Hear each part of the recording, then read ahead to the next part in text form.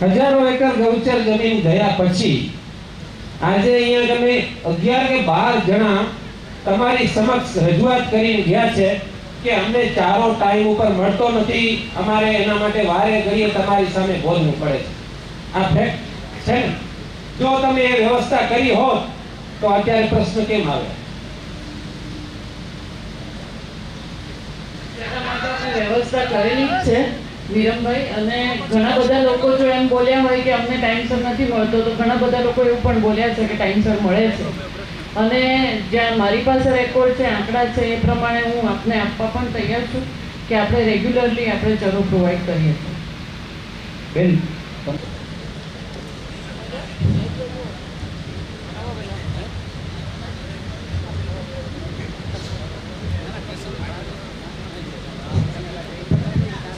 સાહેબ,